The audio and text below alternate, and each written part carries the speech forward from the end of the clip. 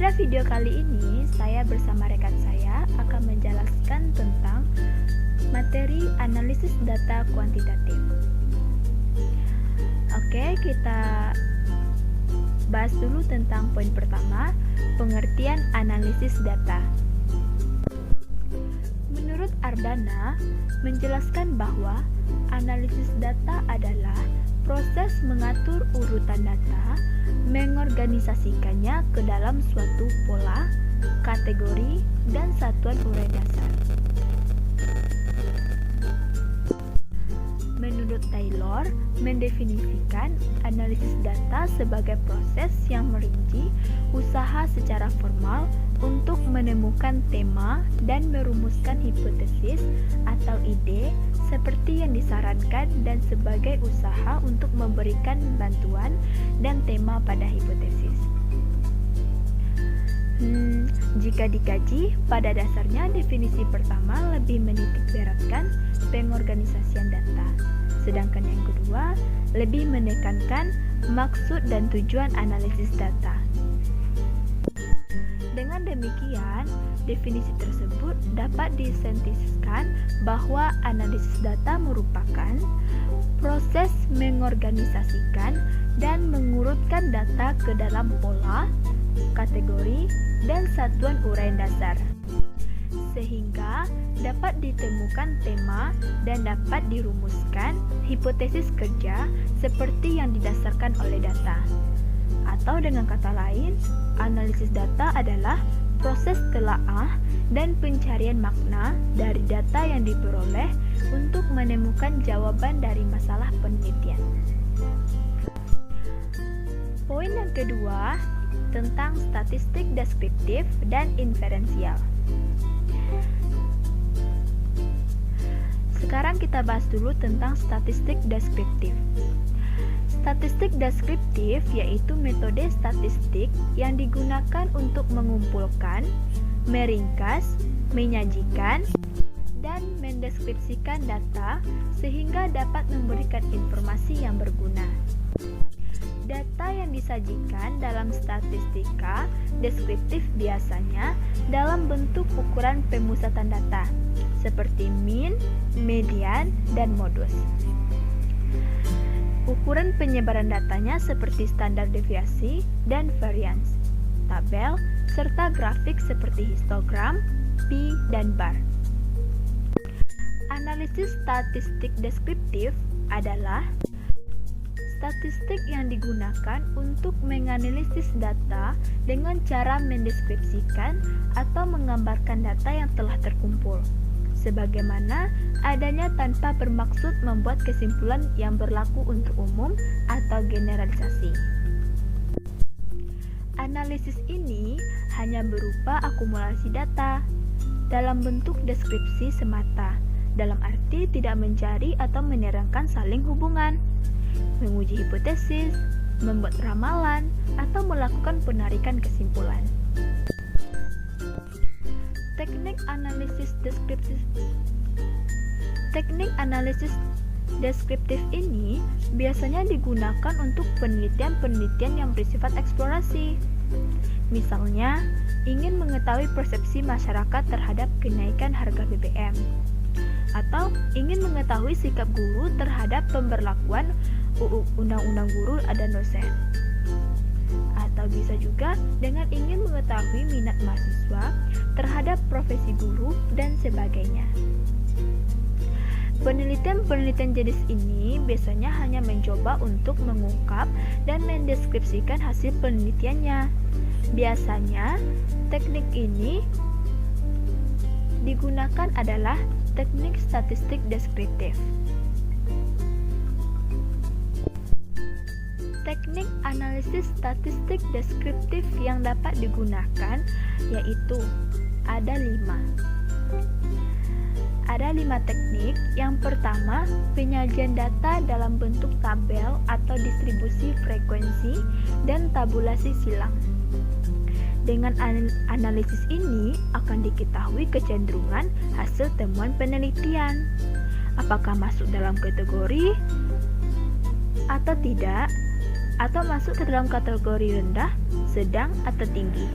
Yang kedua, penyajian data dalam bentuk visual seperti histogram, poligon, ogive, diagram batang, diagram lingkaran, diagram pastel seperti P dan chart, dan diagram lambang. Teknik yang dapat digunakan yang ketiga yaitu penghitungan ukuran tendensi sentral seperti mean, median, dan modus. Yang keempat, penghitungan ukuran letak seperti kuartil, desil, persentil. Yang kelima, penghitungan ukuran penyebaran seperti standar deviasi, variance, rank, dan sebagainya. Nah, untuk statistik inferensial, kalau tadi statistik deskriptif hanya bersifat memaparkan data, maka dalam statistik inferensial ini sudah ada upaya untuk mengadakan penarikan kesimpulan dan membuat keputusan berdasarkan analisis yang telah dilakukan. Biasanya, analisis inferensial ini mengambil sampel tertentu dari sebuah populasi yang jumlahnya banyak, dan dari hasil analisis terhadap sampel tersebut digeneralisasikan terhadap populasi. Oleh karena itu, statistik inferensial ini disebut juga sebagai statistik induktif. Berdasarkan jenis analisisnya, statistik inferensial terbagi ke dalam dua bagian. Yang pertama, analisis korelasional. Yang kedua, analisis komparasi. Tapi kita bahas dulu tentang analisis korelasional. Apa itu analisis korelasional? Analisis korelasional adalah analisis statistik yang berusaha untuk mencari hubungan atau pengaruh antara dua variabel atau lebih. Dalam analisis korelasional ini, variabelnya dibagi ke dalam dua bagian. Yang pertama, variabel bebas, dan kedua, variabel terikat.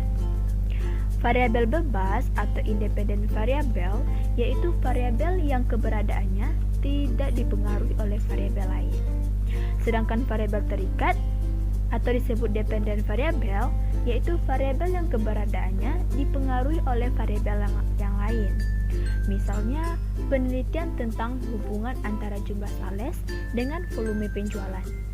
Jumlah salesnya ini merupakan variabel bebas atau X, dan volume penjualannya sebagai variabel terikat, disimbolkan dengan Y. Contoh penelitian yang berupaya untuk mencari korelasi antar variabel di antaranya adalah: yang pertama, hubungan antara jumlah sales dengan volume penjualan perusahaan. Yang kedua, hubungan antara penghasilan orang tua dan motivasi belajar dengan prestasi belajar. Yang ketiga, pengaruh tayangan media televisi terhadap minat belajar anak. Banyak sekali teknik analisis statistik yang dapat digunakan untuk analisis korelasional ini, baik statistik parametrik maupun non-parametrik. Penggunaan masing-masing teknik analisis sangat tergantung pada jenis skala datanya. Skala datanya seperti apa? Skala datanya itu terdiri dari 3. Yang pertama, data nominal. Yang kedua, data ordinal. Yang ketiga, data interval atau rasio. Data nominal itu adalah data kualitatif yang tidak memiliki jenjang. Contohnya jenis kelamin, asal daerah, pekerjaan orang tua, hobi, dan sebagainya.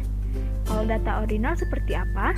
Data kualitatif yang memiliki jenjang, seperti tingkat pendidikan, jabatan, pangkat, ranking kelas, dan sebagainya. Data interval atau rasio itu data kuantitatif atau data yang berupa angka atau dapat diangkakan.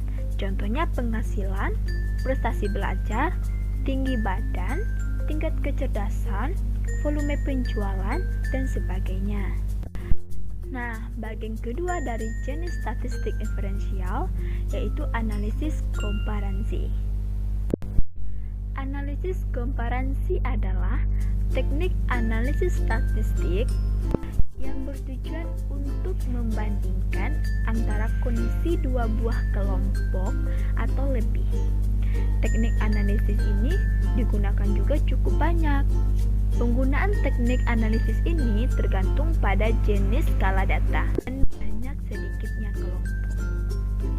Ada beberapa contoh hipotesis komparatif, di antaranya adalah yang pertama, perbedaan kualitas pelayanan antara toko A dan B. Yang kedua, perbedaan minat mahasiswa terhadap profesi guru ditinjau dari status sosial ekonomi orang tua. Yang ketiga, perbedaan prestasi belajar mahasiswa antara yang diajar dengan metode konvensional dengan metode CTL. Yang terakhir, perbedaan produktivitas karyawan sebelum dan sesudah mengikuti pelatihan AMT. Untuk pembahasan selanjutnya akan dibahas oleh rekan saya, Saudara Mahendi. Selanjutnya, statistik parametris dan non-parametris. Kita membahas yang pertama yaitu statistik parametris. Apa yang dimaksud dengan statistik parametris? Adalah penggunaan teknik statistik parametrik didasarkan pada asumsi bahwa data yang diambil mempunyai distribusi normal dan jenis data yang digunakan interval atau rasio. Pada statistik parametris digunakan untuk menguji parameter populasi melalui statistik atau menguji ukuran populasi melalui data sampel. Nah, dalam statistik hipotesis yang diuji adalah hipotesis 0 karena tidak dikehendaki adanya perbedaan antara parameter populasi dan statistik atau data yang diperoleh dari sampel. Selanjutnya, statistik non-parametrik. Istilah non-parametrik pertama kali digunakan oleh Wolfowitz pada tahun 1942. Metode statistik non-parametrik merupakan metode statistik yang dapat digunakan dengan mengabaikan asumsi-asumsi yang melandasi penggunaan metode statistik parametrik, terutama yang berkaitan dengan distribusi normal, atau istilah lain yang sering digunakan untuk statistik non-parametrik adalah statistik bebas atau uji bebas asumsi. Selanjutnya, apa sih yang membedakan statistik parametrik dan statistik non-parametrik? Baik, yang pertama statistik parametrik. Statistik parametrik, teknik-teknik statistika yang didasarkan atas asumsi mengenai populasi yang diambil sampelnya. Contohnya, pada uji T diasumsikan populasi terdistribusi normal. Sebutan parametrik digunakan karena pada uji T ini yang diuji adalah parameter, contoh rata-rata populasi, dan membutuhkan data kuantitatif dengan level interval atau rasio. Sedangkan statistik non-parametrik cocok untuk data yang tidak mempengaruhi asumsi statistika parametrik atau yang berjenis kualitatif. Disebut juga distribution free statistik, didasarkan atas lebih sedikit asumsi mengenai populasi dan parameter dibandingkan dengan statistik parametrik. Ada yang dapat digunakan untuk data nominal dan ada juga yang dapat digunakan untuk data original. Selanjutnya, konsep dasar pengujian hipotesis akan disampaikan oleh Fauzi Azhari.